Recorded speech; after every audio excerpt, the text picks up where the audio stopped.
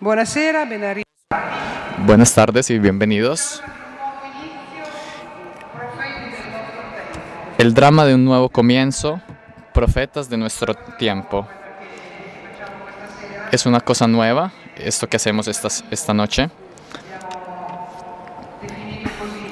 Es un intento, lo hemos definido así juntos, un intento irónico, como son todos los tentativos.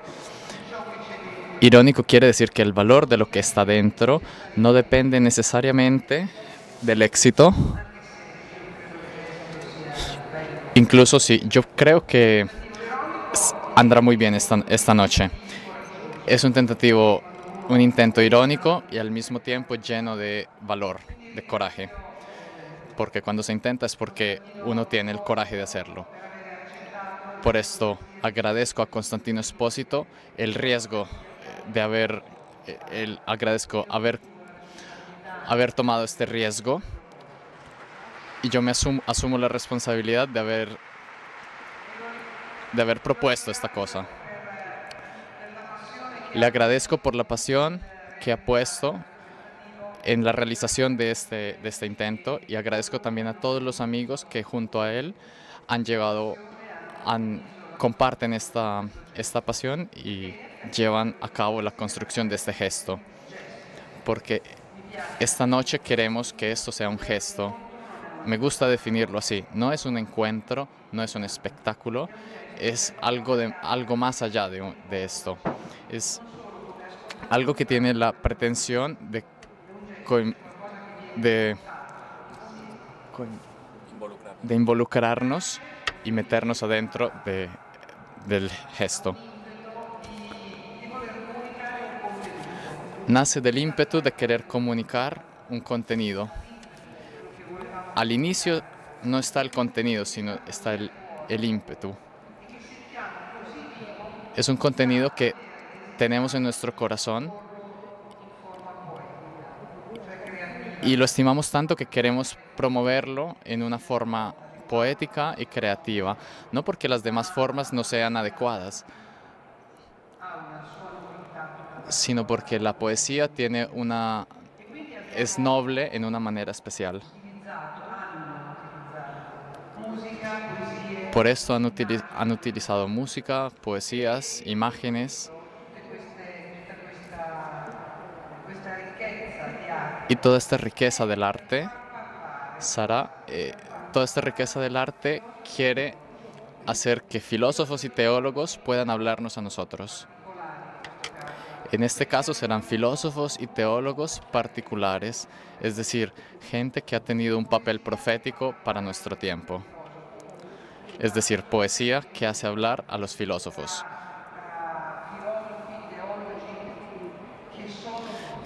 ¿Qué cosa tienen en común los filósofos y los teólogos con la poesía? ¿Qué cosa hace que la poesía haga hablar a los filósofos y a los teólogos de nuestro tiempo? Leyendo el texto que Constantino nos ha preparado, me viene una pregunta. Lo que hay en común entre la poesía y la profecía es la capacidad de mirar más allá de lo que se ve, de ver más allá de lo contingente. La profecía ve más allá. La poesía lee más allá. Por eso el intento de esta noche lo veremos y lo degustaremos. Está bajo nuestra prueba. Según las cosas que sucedan a nosotros en este intento, podremos decir si han logrado su objetivo.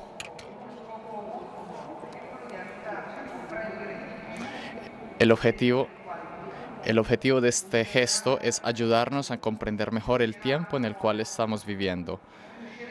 Seremos capaces de conmovernos, seremos capaces de llegar a la profecía que está en la poesía, y sobre todo, llevados por este objetivo, seremos capaces entonces de sentirnos protagonistas de este nuevo inicio, porque ese Este es el objetivo, este es el tema, el drama de comenzar de nuevo. Por esto el objetivo es ser,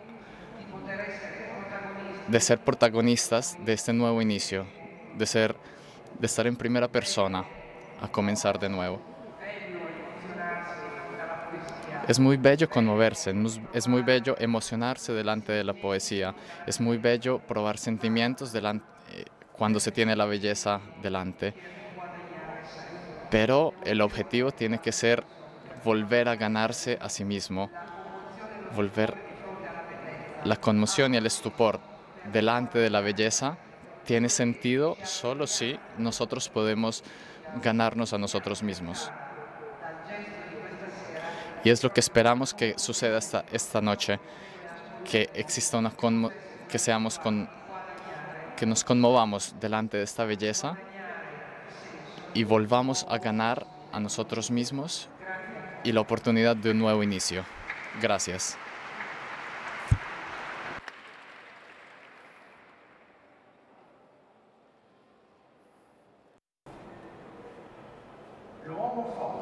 El hombre loco. Avete sentito di quel folle uomo che accende una lanterna perché era luce del mattino? Corse al mercato e si mise a gridare incessantemente. ¿No habéis oído hablar de ese loco que encendió un farol en pleno día y corrió al mercado gritando sin cesar? Busco a Dios, busco a Dios. Como precisamente estaban allí reunidos muchos que no creían en Dios, sus gritos provocaron enormes risotadas. ¿Es que te has perdido?, decía uno. Se ha perdido como un niño pequeño, decía otro. O se ha escondido, tiene miedo de nosotros. Se habrá embarcado, habrá emigrado. Así gritaban y reían alborozadamente. El loco saltó en medio de ellos y los traspasó con su mirada. ¿Que a dónde se ha ido Dios?, exclamó. Os lo voy a decir. Lo hemos matado, vosotros y yo. Todos somos sus asesinos. Pero, ¿cómo hemos podido hacerlo? ¿Cómo hemos podido bebernos el mar? ¿Quién nos presentó la esponja para borrar el horizonte? ¿Qué hicimos cuando desencadenamos la tierra del su sol? ¿Hacia dónde caminaré ahora? ¿Hacia dónde iremos nosotros? Lejos de todos los soles. No nos caemos continuamente hacia adelante, hacia atrás, hacia los lados, hacia todas partes. ¿Acaso no hay todavía un arriba y un abajo? ¿No estamos errando como a través de una nada infinita? ¿No nos roza el soplo del espacio vacío? ¿No hace más frío? ¿No viene de continuo la noche y cada vez más noche? ¿No tenemos que encender faroles a mediodía? ¿No oímos todavía el ruido de los sepulcros que entierran a Dios? ¿No nos llega todavía ningún olor de la putrefacción divina? También los dioses se pudren. Dios ha muerto y nosotros lo hemos matado.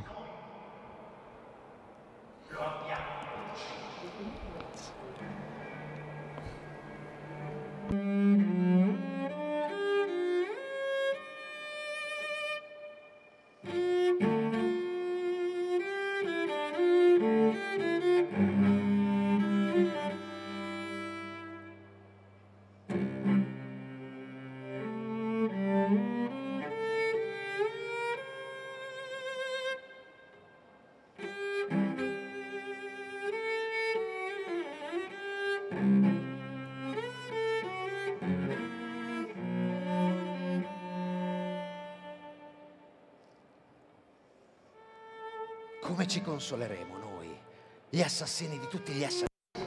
¿Cómo podremos consolarnos nosotros, asesinos entre los asesinos? Lo más sagrado y poderoso que poseía hasta ahora el mundo se ha desgastado bajo nuestros cuchillos. ¿Quién nos lavará esa sangre?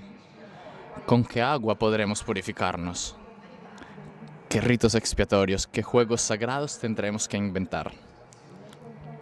¿No es la grandeza de este acto demasiado grande para nosotros? ¿No tendremos que volvernos nosotros mismos dioses para parecer dignos de ellos?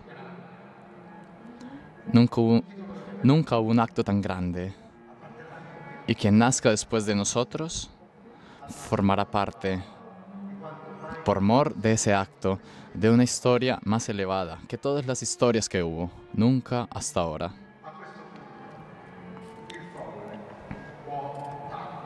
Aquí el loco se calló y volvió a mirar a su auditorio. También ellos callaban y lo miraban perplejos. Finalmente arrojó su farol al suelo, de tal modo que se rompió en pedazos y se apagó. Vengo demasiado pronto, dijo entonces. Todavía no ha llegado mi tiempo. Este enorme suceso todavía está en camino y no ha llegado hasta los oídos de los hombres. El rayo y el trueno necesitan tiempo. La luz de los astros necesita tiempo. Los actos mismos necesitan tiempo, incluso después de realizados, a fin de ser vistos y oídos. Este acto todavía está más lejos de ellos que las más lejanas estrellas. Y sin embargo, son ellos los que la han cometido.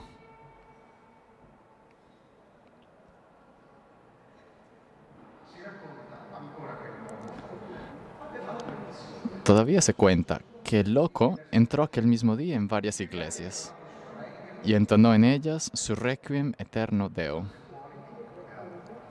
Una vez concluido, al exterior e interpelado, contestó siempre esta única frase. Pues, ¿qué son ahora ya estas iglesias? Más que las tumbas y los panteones de Dios. Era il celebre paragrafo Era el célebre párrafo de la Gaia Scienze di Nietzsche, publicado entre el 1982 y el 1887, pero ya lleno de todo el drama del espíritu de todo el Novecento. Dios está muerto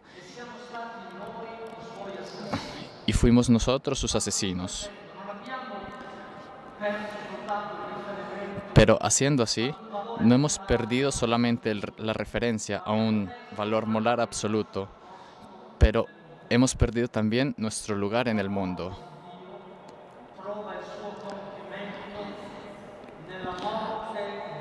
La muerte de Dios se consuma en la muerte del yo, como viene representado de estos rostros martirizados de Francis Bacon y como hemos escuchado con la música sfruggente. Esta disolución del humano se reconoce en una manera profética, viene reconocida de un grande teólogo francés, Henri de Lubac, en un libro del 1943, cuyo título es El drama del humanismo ateo. De Lubac trata de explicar qué cosa sucedió con la llegada del nihilismo en la cultura burgués europea entre los dos siglos. Un nihilismo que lanza su larga sombra hasta nuestro presente. De Lubac dice: ¿qué cosa sucedió al hombre en este humanismo ateo? Un ser que a sí mismo se osa llamar ser, una cosa que no tiene più en una interioridad, una célula enteramente llena en una masa en movimiento, un hombre social histórico, del cual no queda nada más que una simple abstracción fuera de todos de todas las relaciones sociales y de la situación en la cual se define como tal. Este hombre es literalmente disuelto, que sea en nombre del mito o de la dialéctica, perdiendo la verdad, pierde a sí mismo. En realidad, no existe más el hombre, porque no existe nada más que trasciende el hombre. ¿De qué cosa hablamos cuando hablamos de Dios, del Dios que murió y del Dios que vive. Aquí el nihilismo hace saltar el códice, hace saltar la tradición moral cristiana, o mejor, reduce el cristianismo a una moral, a una ley moral, a una norma de comportamiento ético.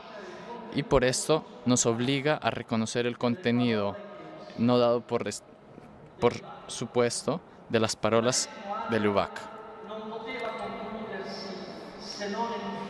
El humanismo ateo no podía terminar sino en una falla. El hombre es sí mismo solo porque su rostro viene iluminado de un rayo divino. Dios no es solamente para el hombre una norma que se impone a él y que cuidándolo lo lleva. No, es el absoluto que lo funda, es el imán que lo atrae, es el más allá que lo excita, el eterno que le ofrece el único clima en el cual puede respirar. Es esto que me ha impresionado mucho de Lubac, un grande profeta, porque él es capaz de ir más allá, de comprender, de padecer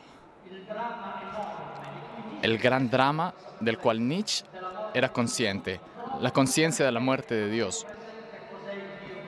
Justo porque sabe muy bien qué cosa es el Dios vivo, solo uno que sabe bien quién es el Dios vivo es quien puede entender el drama de la muerte de Dios. Y por esto el nihilismo, entendido como el dominio de la absoluta inmanencia, no existe nada más, no existe nada más allá, transforma esta trascendencia, esta trascendencia como la respiración del ser humano, de la trascendencia. ¿En qué cosa lo transforma? En la aceptación del hecho, del destino ya hecho. Cuando hay un destino último de sí mismo más grande, el único significado que nos queda es someterse a la férrea necesidad personal.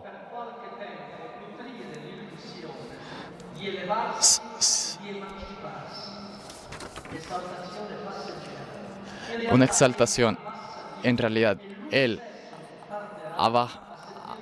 hace bajar a Dios y Él mismo no es capaz de bajar hasta nosotros.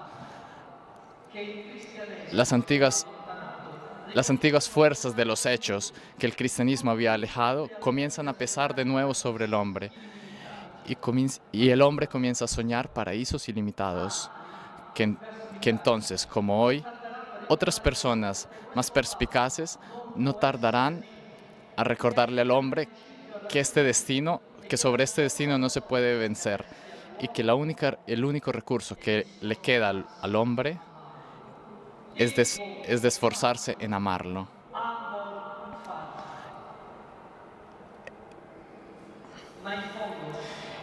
En el fondo, este ateísmo conlleva dentro de sí mismo, y esto es muy sutil para comprender y es también muy interesante, incluso para nuestro tiempo, porta dentro de sí mismo este ateísmo como encadenada y sin vida la historia cristiana. Por decirlo en una manera, este ateísmo es el lado oscuro de una tradición que se da por descontada. De hecho, se presenta como una pretensión absoluta que esconde una soledad absoluta, un deseo que quema. Lo leímos en Nietzsche, lo hemos visto en Francis Bacon. Lo vemos como un deseo que quema sin nada más que desear. Una sed infinita sin ningún agua que se pueda beber. De Lubac dice: esta forma de ateísmo conserva a menudo muchos valores de origen cristiano, pero por el hecho de haber alejado estos valores de su fuente cristiana, estos valores se convierten en algo impotente, no son capaces de sostener su fuerza y su autenticidad originales. Espíritu, razón, libertad, verdad, fraternidad, justicia. Estas grandes cosas, sin las cuales no hay una verdadera humanidad, que el paganismo antiguo había ya visto y que el cristianismo ha fundado, estas cosas se convierten de inmediato en cosas irreales en el momento en que no son fundadas en Dios, en el momento en que la fe no las funda con la sua fuerza.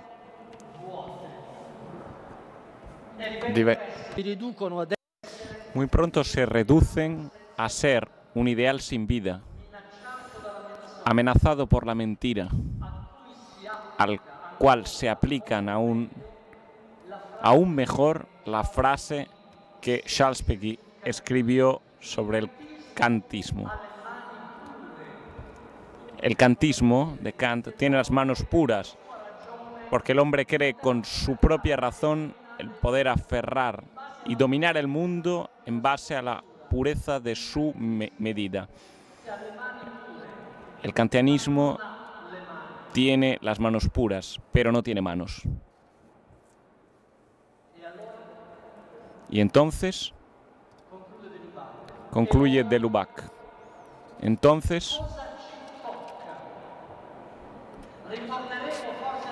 ¿qué es lo que nos corresponde? ¿Qué es lo que nos toca ahora? ¿Volveremos a la barbarie? A una barbarie muy diferente de la antigua, mucho más atroz. 1943. Barbarie técnica y centralizada. Barbarie reflexivamente inhumana. O bien sabremos volver a encontrar en condiciones también diferentes, con una conciencia muy profunda, con un libre y magnífico impulso a Dios, que la misma Iglesia siempre nos ha propuesto, el Dios viviente, que ha creado al hombre a su imagen. Y concluye este gran profeta: esta es, más allá de todos los problemas que nos tocan, que nos pulsan, la gran cuestión que hoy se nos plantea. Pocos años después de este escrito de Lubac, otro gran pensador cristiano, Romano Guardini, puso el foco sobre otra cuestión al final de la época moderna, que es el título de un texto suyo de finales de los años 90, que pertenece a una situación como situación espiritual muy lejanísima de la nuestra, 1950, en el momento de la deconstrucción, los bloques americano, soviético, la Alemania destruida, y no obstante, si miramos bien, nos damos cuenta de que sucede algo, que se juega una partida que a día de hoy aún estamos, de la cual somos pacientes a día de hoy, ¿no? ¿Cuál es el final de esta época moderna, según Guardini? La cultura moderna ha nacido gracias a valores cristianos, pero muy pronto se ha convertido en anticristiana, justamente porque ha reducido el cristianismo a sus valores, sí, prescindiendo de Cristo, que es la fuente de estos valores. Y por tanto, el edificio se ha derrumbado, tal y como dice Guardini, desde el principio del tiempo moderno. Si bien hay una cultura muy cristiana, durante mucho tiempo se ha dirigido directamente contra el propio contenido, no contra los valores éticos que se han desarrollado bajo su influjo. Más aún, y esto me parece muy agudo, más aún, la cultura moderna ha pretendido reposar precisamente sobre estos valores cristianos, como el ejemplo de la personalidad, de la dignidad individual, del respeto recíproco, de la ayuda de unos a otros. Ya ha visto el nervio descubierto, el fallo como posibilidades innatas en el hombre, no como posibilidades que un hombre descubre descubriendo a otro diferente de sí, sino como la posibilidad que el hombre desarrolla autónomamente gracias a sus propias fuerzas internas. Y es por esto que las mismas palabras cristianas parecen que hayan perdido su contenido propio, su propia naturaleza, ¿no? Es la segunda vez que vuelve, ¿no? Guardini nos lo dice, las palabras cristianas se convierten, que permanecen, quedan como palabras simplemente, ¿no? Al final encontraremos la reconquista de las palabras, pero ya lo veremos adelante, no os lo adelanto. Por ahora son solo palabras, conceptos extraños. Escuchemos las palabras de Guardini. En 1953, en el texto Natale y Navidad y fin de año. Quien hoy quiera expresar un pensamiento referente al mensaje cristiano, entra en una gran dificultad. En cuanto emplea palabras que siempre han dado expresión a este pensamiento, se da cuenta de que estas palabras se han convertido en algo que no es digno de atención ya. Su propio sentido, significado ha quedado descolorido e inadecuado. Quien habla continuamente tiene la sensación de que los fundamentos de estas palabras ya no sostienen.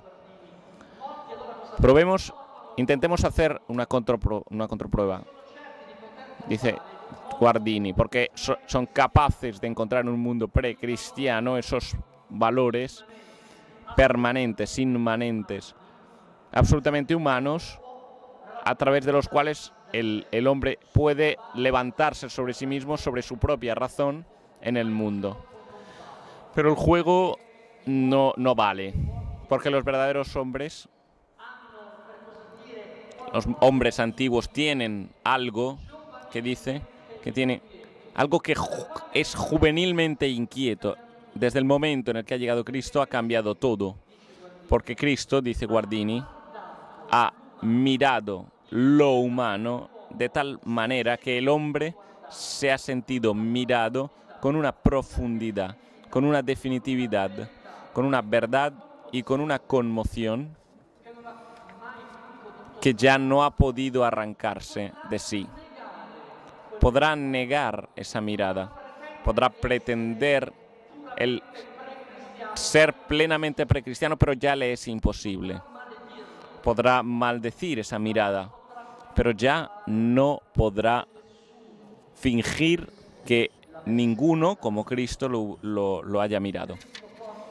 Cristo nos trae esa tremenda claridad, bellísimo, es una tremenda claridad con la que ha conocido lo que hay en el hombre y ha sufrido la existencia humana. ¿Por qué esa mirada es irrepetible? Porque Cristo mira la existencia humana sufriéndola, asumiéndola, padeciéndola. Por eso, concluye Guardini, verdaderamente como un profeta, el vacío de estos años, de los últimos 20 años, nuevamente, nazismo y comunismo. Podríamos seguir citando otras ideologías o post-ideologías de nuestro tiempo. En realidad existían desde hace bastante tiempo, del que la mirada afilada del profeta dice: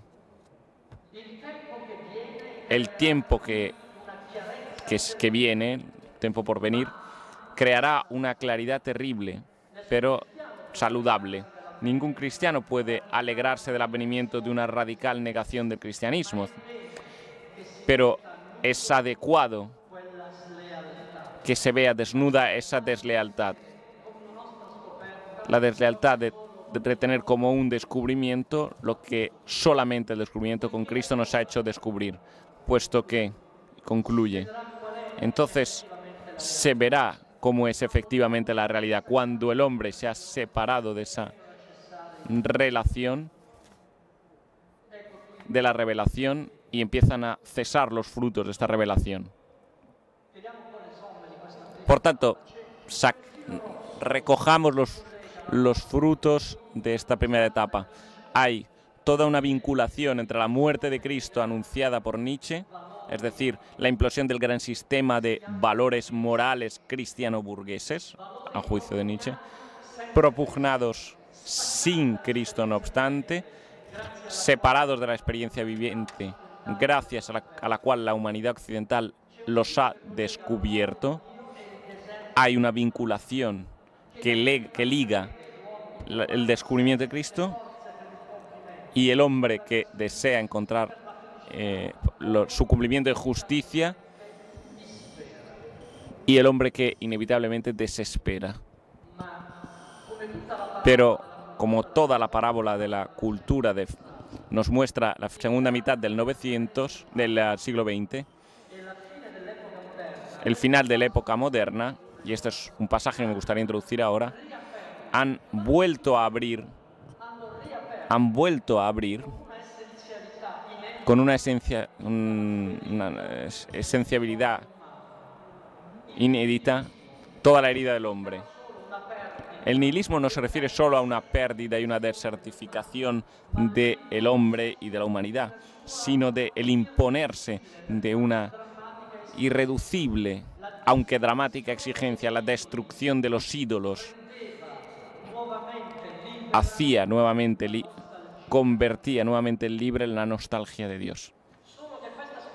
Solo que este descubrimiento, este nuevo inicio, no podría ser el resultado de un análisis cultural, sino solo el mostrarse nuevamente presente de una voz, de una invitación, de un anuncio que podía levantar al hombre, restablecer al hombre. Hay uno que puede escuchar a nuestro hombre, a nuestro grito. Es la pregunta que escucharemos ahora, que hace temblar, ¿no?, con unos versos bellísimos, la primera elegía Duino de Rainer Maria Rilke. También este es un profeta, entre los bravos profetas, los poetas que escuchamos, ¿no? Como Rilke es un poeta ateo, pero es esta la pregunta que tiende como un espasmo de espera hacia los rostros de las mujeres presentadas por Edward Hopper, el pintor, y que se amplía en la voz del corazón y en las vísceras de la música del gran Johann Sebastian Bach.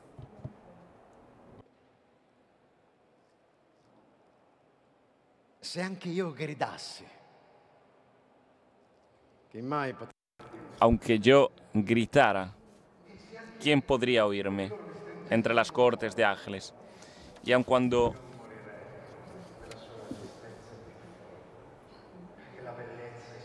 cada uno me tomara, me aniquilaría su ser más pujante, pues de lo terrible, lo bello, no es más que ese grado que aún soportamos. Terrible es todo ángel, por eso me callo. Y de mis oscuros sollozos el clamor ahogo. Ay, ¿de quién podemos valernos? ¿A quién podríamos dirigirnos? No a los ángeles, ni a los hombres. También los animales terrestres lo advierten, que no estamos en el mundo revelado. Nos queda quizá un árbol en la cuesta. También el apego a un hábito que ha quedado. O quizás es la noche. La noche, cuando el viento henchido del espacio cósmico nos consume el rostro.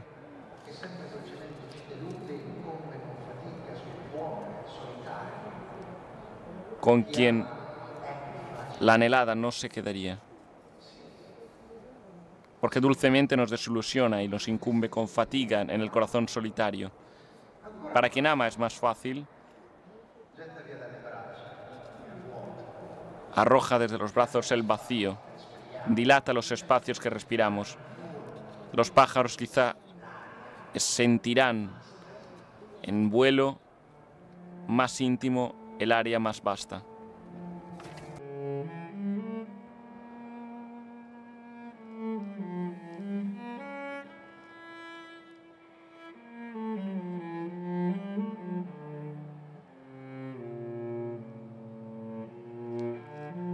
Sì, certe primavere hanno... Sí. Ciertas primaveras han tenido necesidad de ti. Algunas estrellas ha pretendido que tú las sintieras. En otras ocasiones, una ola se ha embarcado por ti. Y cuando pasaste y la ventana estaba abierta y a ti se entregaba un violín, todo esto era una labor. Pero tú lo has absuelto. No estabas quizás distraído, esperando, como si cualquier cosa anunciara a una amada. Voces, voces, escucha mi corazón, como lo han escuchado solo los santos. De la tierra se ha levantado un inmenso reclamo, pero ellos, llenos de imposible, quedaron de rodillas y no se me ocuparon. Así, estaban en escucha. No, de Dios no podrás soportar nunca la voz, pero sientes el morir, la infinita noticia que nace del silencio. Cierto, es extraño no habitar más en la tierra como una vez, no usar más los trajes, las costumbres apenas aprendidas, las rosas y las cosas del mundo en la que se entrevé una promesa. No dar más el sentido de un futuro humano, lo que se era en estas manos temblorosas, no serlo más y abandonar también nuestro nombre como un juguete roto. Es extraño no tener ya deseo de los deseos.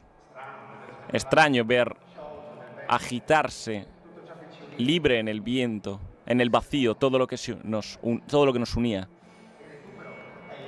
Y estar muerto es costoso, recuperarse es lento, hasta cuando, mano con mano, se sienta poco a poco lo eterno. Pero los vivientes incurren todos en el mismo error, hacen demasiadas distinciones. Los ángeles, se dice a menudo, no saben si se encuentran entre los vivos o los muertos.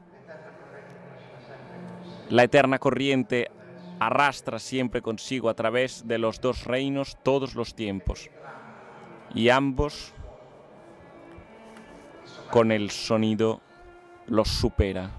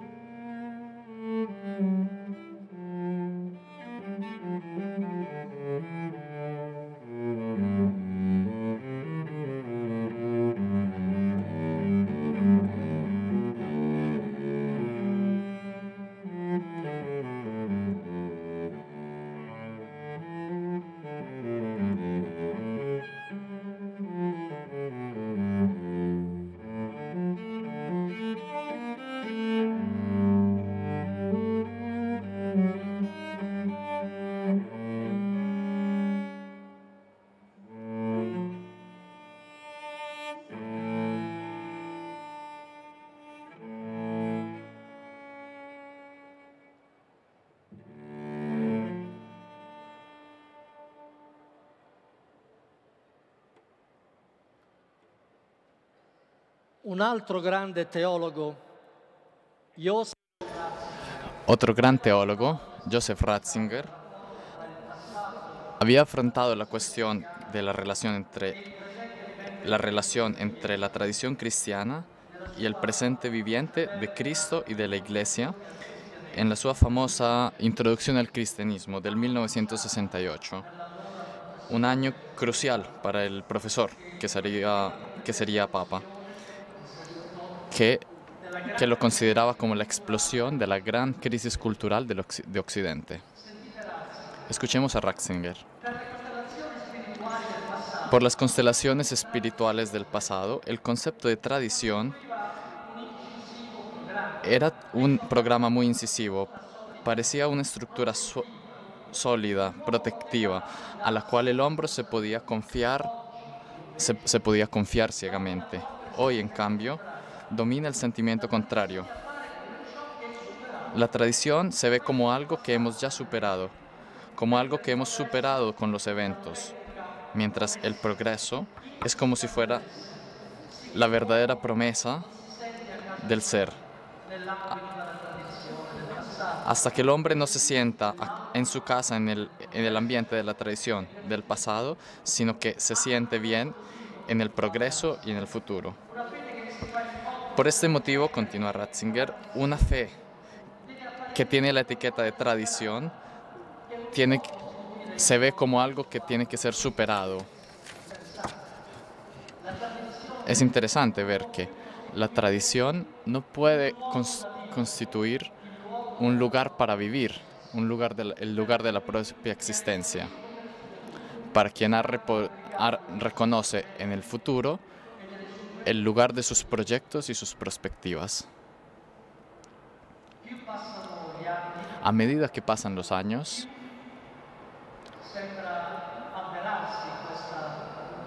parece que esta visión profética de Ratzinger se cumple. Una fe que se identifica con la tradición no le interesa a los hombres de nuestro tiempo.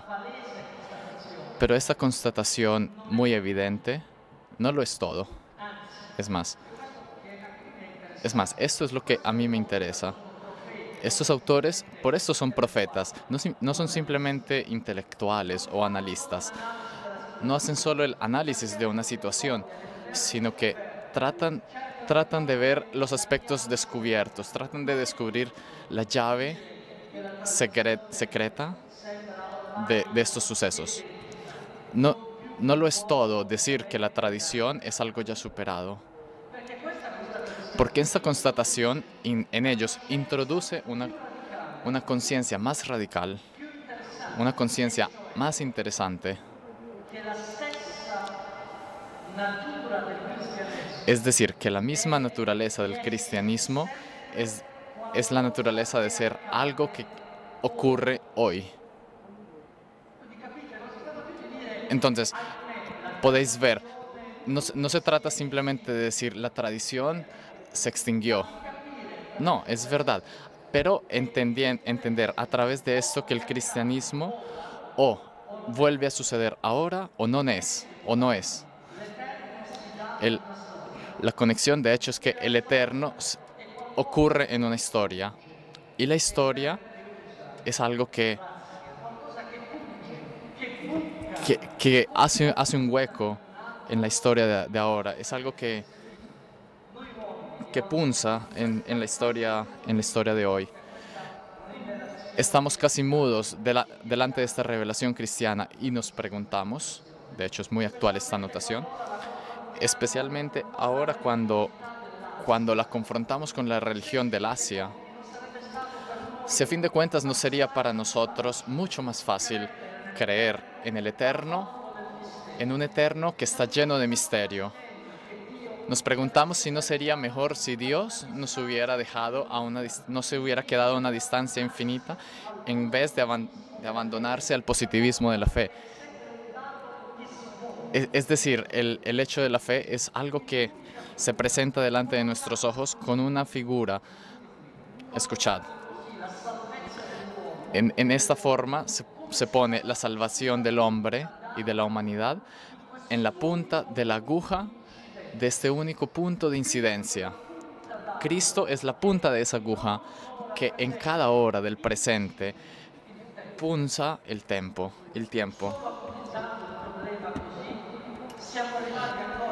Solo afrontando el problema, sí, dice Ratzinger, toda la profundidad del problema de la fe, como hoy tiene que ser enfrentado.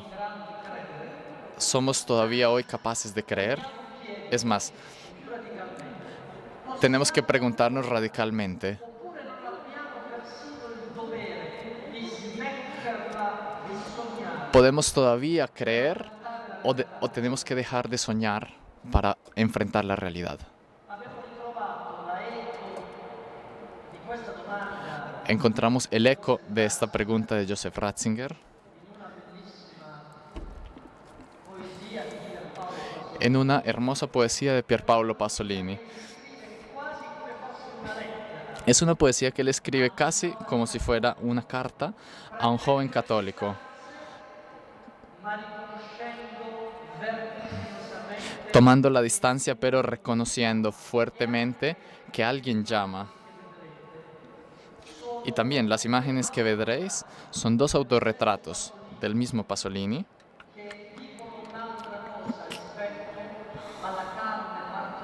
que dicen otra cosa respecto a la carne martirizada y al dolor de Francis Bacon.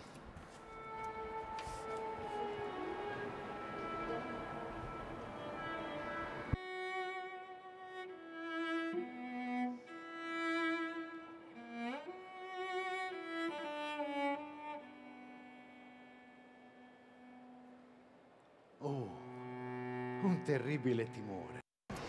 Oh, un terrible temor. La dicha explota contra esos vidrios en la oscuridad. Pero esa dicha que te hace cantar en la oscuridad es un regreso de la muerte. ¿Y quién puede de reír? Detrás, bajo el recuerdo de un cielo negro. No es broma, tú tienes la experiencia de un lugar que nunca exploraste, un vacío, el cosmos.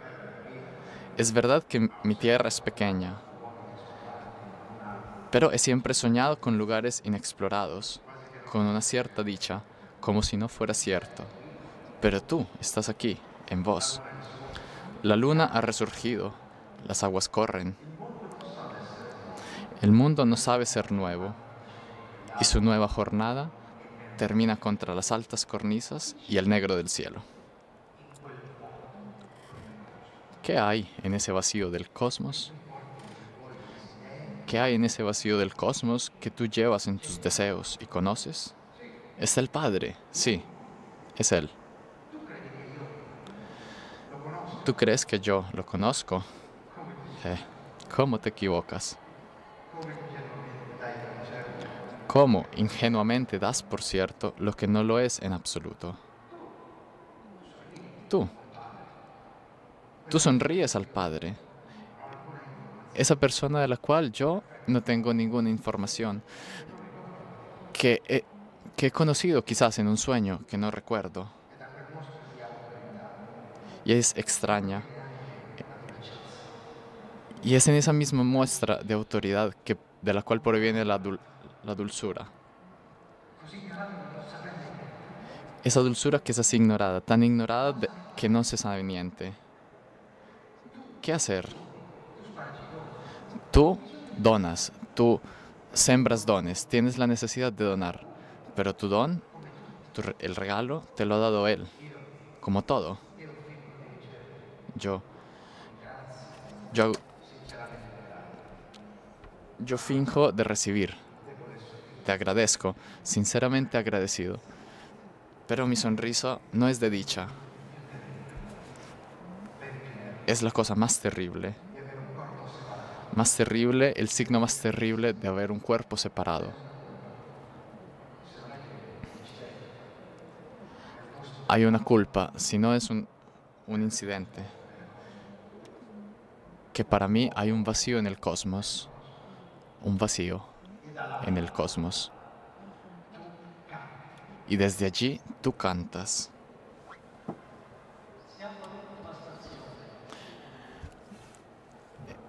Estamos en la última estación. ¿Cómo pueden hacer algo nuevo dentro de esta tradición cristiana?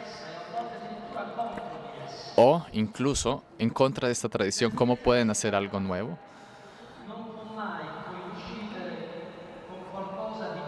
La experiencia cristiana no puede jamás coincidir con algo que se conoce ya.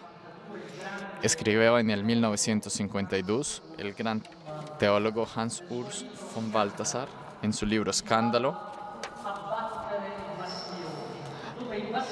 llamado Derribar las murallas, donde las murallas son exacto esos muros de defensa que a veces encierran a la Iglesia con respecto a las generaciones más jóvenes, con toda la doctrina y las instituciones. Y así puede dar la impresión que la novedad de Cristo deba someterse a esta doctrina. Aquí encontramos una intuición extrema, es decir, que la historia y la tradición cristiana tiene que ser, cito von Balthasar, conservar o conseguir de nuevo la propia vitalidad para el presente y para el futuro.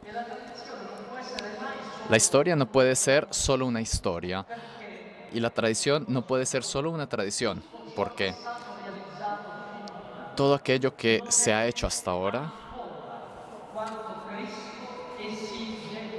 no está a la altura de lo que Cristo nos pide ahora, a mí y a ti, directamente a nuestra generación.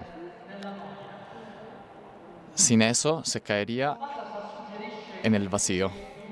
Von Balthasar sugiere que no se trata de ser tradicionalistas ni de ser innovadores, porque al fin de cuentas estas son ideologías, categorías eclesiásticas y políticas. Tenemos que entender qué cosa es la vida cristiana. En una palabra, von Balthasar dice, ¿qué cosa es la santidad? Es aquello que da sentido nuevamente a lo que ya se sabe. Son dos los medios con los cuales una estructura histórica puede conservar o adquirir de nuevo la vitalidad para el presente o el futuro. Uno es un medio violento y viene del externo. Es la destrucción de las tradiciones, de los monumentos, de las bibliotecas, de los archivos, etc. El segundo es espiritual y viene del interno.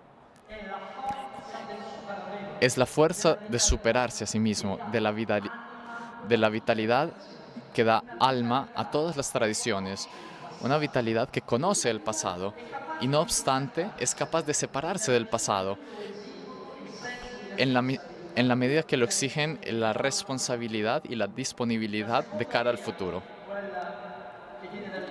La segunda vía, esta que viene desde el interior, es muy exigente, es muy difícil. Superarse desde el interno, llevado a cabo por la fuerza de choque, por la potencia de este concepto de la santidad, se hace el paragón con una bomba. E incluso hoy esto es trágicamente evidente. ¿Dónde estaría la prueba de la fuerza de esta joven santidad si ésta no debería continuamente penetrar en el duro caparazón de quien tiene la pretensión de tener ya todo? Precisamente por eso se necesita apuntar en una manera muy precisa la mirada en el punto en el cual la joven santidad rompe los caparazones del pasado para venir fresca como el primer día a la luz del mundo contemporáneo y presente.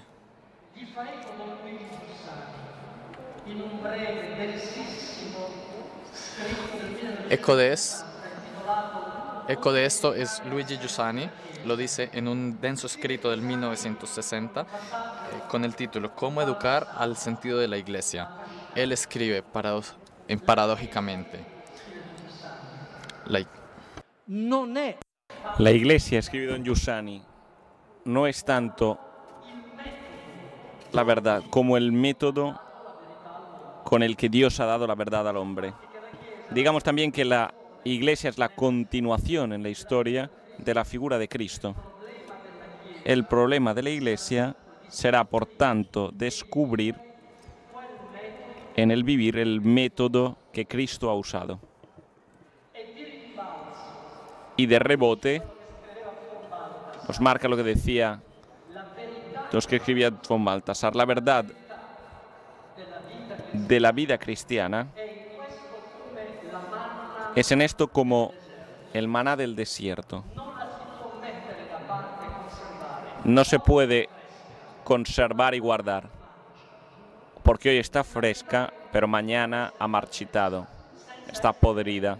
Una verdad que continúe solo siendo transmitida sin volver a pensarse, en el fondo ha perdido su fuerza vital. Donde uno se contenta con entender la tradición como la transmisión de resultados adquiridos, domina el aburrimiento. Improvisamente explotará la tempestad que se llevará por delante las ramas secas. El daño no será grave, porque lo que muere no existía desde hace mucho tiempo.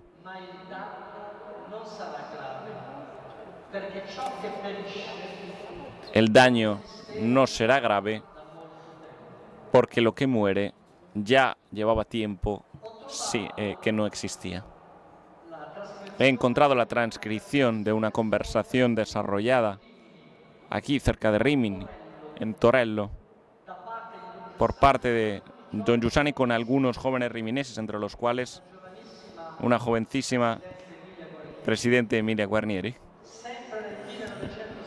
Siempre en 1968, en plena crisis de conciencia que había arramplado con los cristianos en la ola de la contestación, y don Giussani observaba. Decía, a mí me parece, decía él con los jóvenes, me parece un signo de los tiempos que ya no es el discurso sobre la tradición, no es ya la historia que funda o puede fundar un reclamo y una adhesión al hecho cristiano. Me parece que ya no es más, digo ahora, es el motivo que impulsa a la gente, que puede impulsar, que pueda decidir por la gente, hacer decidir a la gente que al adherirse al cristianismo, al adherirse al hecho cristiano. Lo que ahora me parece que pueda constituir únicamente el motivo de adhesión es el encuentro con un anuncio. Es el cristianismo como anuncio, no como teoría. Un anuncio, es decir, un cierto tipo de presencia, una cierta presencia cargada de mensaje. De hecho, como siempre en Giussani, la propuesta es casi un decírselo otra vez a sí mismo, un volver a entenderlo para sí. De hecho, no era por las discusiones que hacía, no era por las desilusiones que nos daba, no era por el reclamo al Antiguo Testamento, a la tradición que hacía, era porque constituía una presencia cargada de un mensaje. Esto es lo que hacía que la gente fuera detrás de Cristo, porque el mensaje no es un discurso, es una presencia, es una persona, es un modo de presencia de una persona o de personas. Y es impresionante volver a leer a la luz de estas anotaciones lo que von Balthasar decía respecto a uno de los ejemplos más conmovedores y metodológicamente más convincentes, que más convencen de la sanidad. Más convincentes. De la santidad que siempre vuelve a empezar y que permite comenzar la tradición. Todo depende de la conciencia que tenemos de nuestro cristianismo.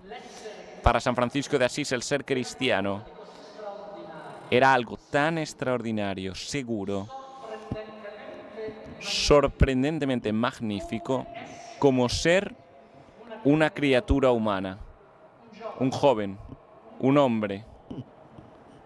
Y puesto que el ser cristiano es ser eterno y eterna juventud, sin peligro de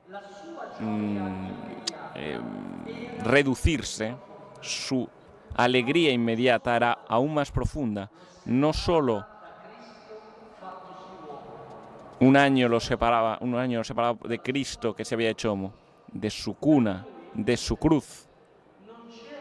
Para él, para Francisco, no existía polvo o pérdida de color, de tiempo en la frescura del milagro. El hoy, l'odie en latín, de la liturgia de las grandes festividades, era el odie en latín, el hoy de su vida.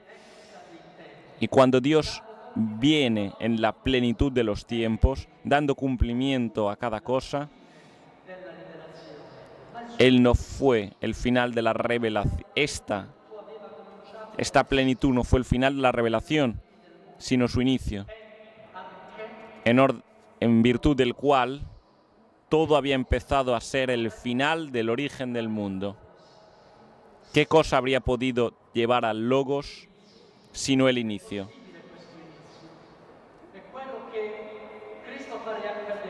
Es lo que Cristo hace acontecer,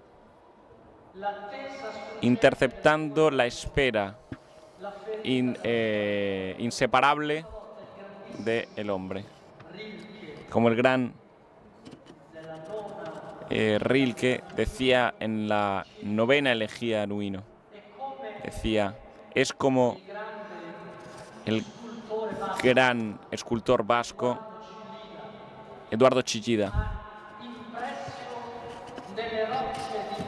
ha marcado en las rocas de Bilbao, en el mar Cantábrico,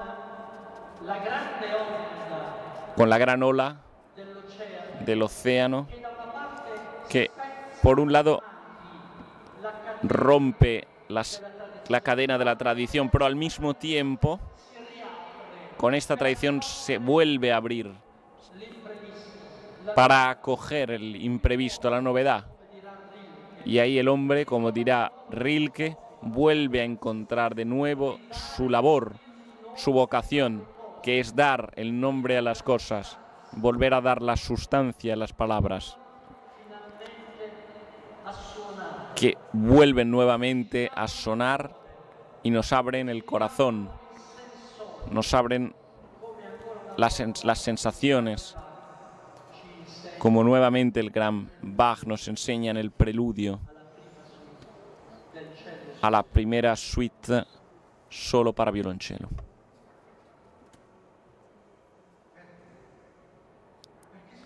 ¿Por qué? ¿Por qué si en tanto se puede recorrer este poco de existencia como Lauro, justamente un poco más oscuro de ese verde, con pequeñas ondas al margen de la hoja? ¿Por qué esta necesidad de hacernos humanos? ¿Por qué cuando evitamos el destino tenemos necesidad del destino? ¿Por qué estar aquí? ¿Por qué parece que tenga necesidad de nosotros todo lo que hay aquí? Lo efímero que extrañamente se refiere a nosotros. Nosotros, los más efímeros, una vez cada cosa.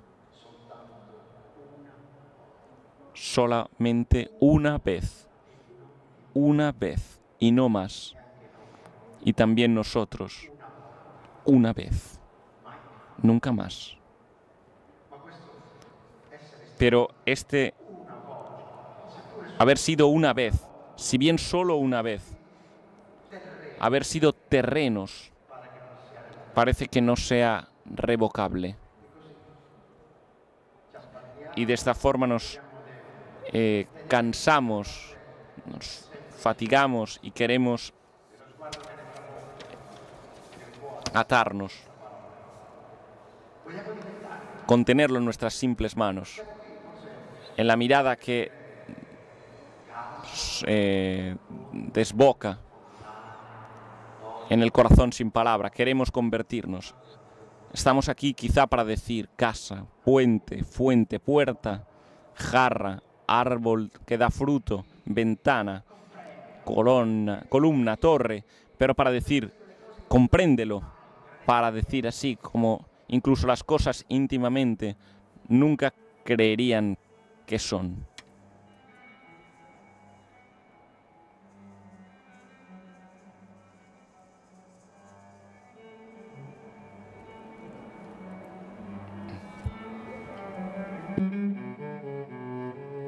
Tra i magli Entre el mar resiste nuestro corazón como la lengua entre los dientes. Estas cosas que al morir viven, comprendo que tú las magnificas. Efímeros, creen que nosotros, los más efímeros, las podemos salvar. Quieren que las transformemos en el corazón invisible, en nosotros, hasta el infinito. ¿Quiénes seamos nosotros? ¿Ves? Yo vivo. ¿De qué? No de la infancia. Incluso el futuro disminuyen. Una existencia exorbitante que surge del corazón.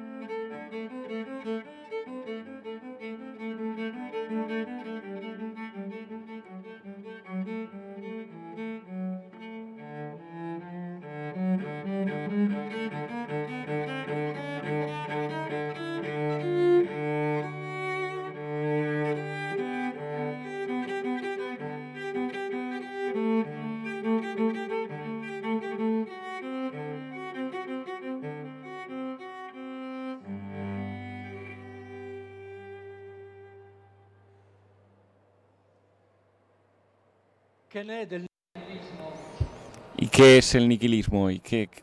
¿En qué ha quedado el nihilismo hoy? Quizá podamos preguntarnos en compañía de nuestros profetas que quizás, de la misma manera que había escrito Guardini, podemos hablar de nuestra época como del final del nihilismo. Cierto, el nihilismo no ha acabado, aún tiene el aire, se encuentra en el aire pesado, en el que, una forma pesada, como en el aire en el que respiramos. Pero cada vez se enciende una y otra vez la pregunta por un significado único. Cada 2 por 3, una mirada que nos mira así.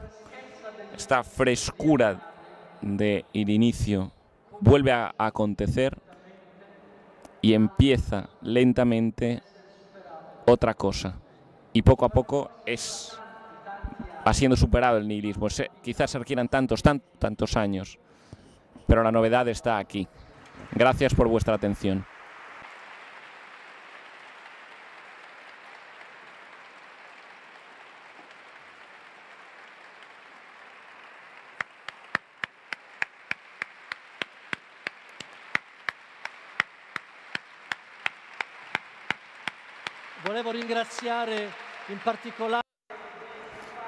Quiero agradecer a mis compañeros Alessandra Cefaniello, perdón, al violonchelo, bellísimo. Y el gran esencial Giampiero Bartolini.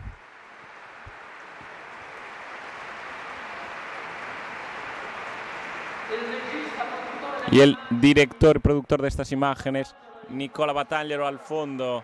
Saludo a Nicola.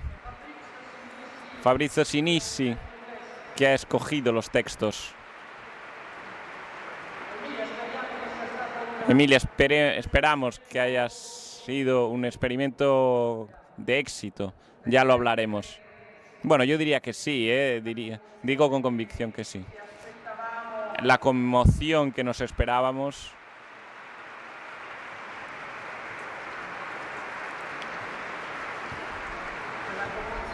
Esa conmoción que esperábamos, de la que esperábamos ser capturados esta tarde. Como yo decía al principio, mientras se desarrollaba este gesto, cada vez me convencía más que la apuesta la estábamos ganando ya. Porque creo que lo que hemos compartido esta tarde ha sido justamente la conmoción de darnos cuenta que podemos ser protagonistas en este nuevo inicio que puede acontecer en el drama de la historia, y creo que a esto ha ayudado, y esto no es poco, y por tanto te agradezco a ti, Constantino, agradezco a Piero Bartolini, repito los nombres porque no es que los hayamos aludido tanto a ellos: Fabrizio D'Alessandra, Cefarello, Fabrizio Sinisi y el amigo, el director aquí en el fondo, Nicola Mattangelo, que nos ayuda con las imágenes. Gracias, porque estoy convencida de que ha valido la pena. Y ha valido la pena el trabajo que habéis hecho y el tiempo, ¿no?, que habéis dedicado. Y aprovecho esta ocasión de este agradecimiento para subrayar, ¿no?, como cada vez más lo que sucede en el MITI, lo que vemos, lo que en el MITI podemos encontrar y disfrutar, lo podemos ganar con nuestra gratuidad y ganar con el gusto que tenemos de poner juntos lo que tenemos y lo que somos. Esta tarde, gratuitamente, cada uno de ellos ha dado su contribución a la construcción de este gesto, y creo que esto también es algo que tenemos que agradecerles, porque no podemos dar nunca por descontado nada, y es justamente también su testimonio que me da fuerzas nuevas para daros el aviso que este año estamos dando lo estamos planteando de manera insistente, particularmente insistente, para colaborar en la construcción del meeting a través de las donaciones, y siguiendo este objetivo, dentro de los diferentes pabellones del pabellón de convenciones, encontraréis diferentes lugares donde podréis donar en estos diferentes puntos, acogidos por los voluntarios que llevan la camiseta verde con la frase "Dona ahora", ¿no? Y esto os lo agradecemos también. Gracias.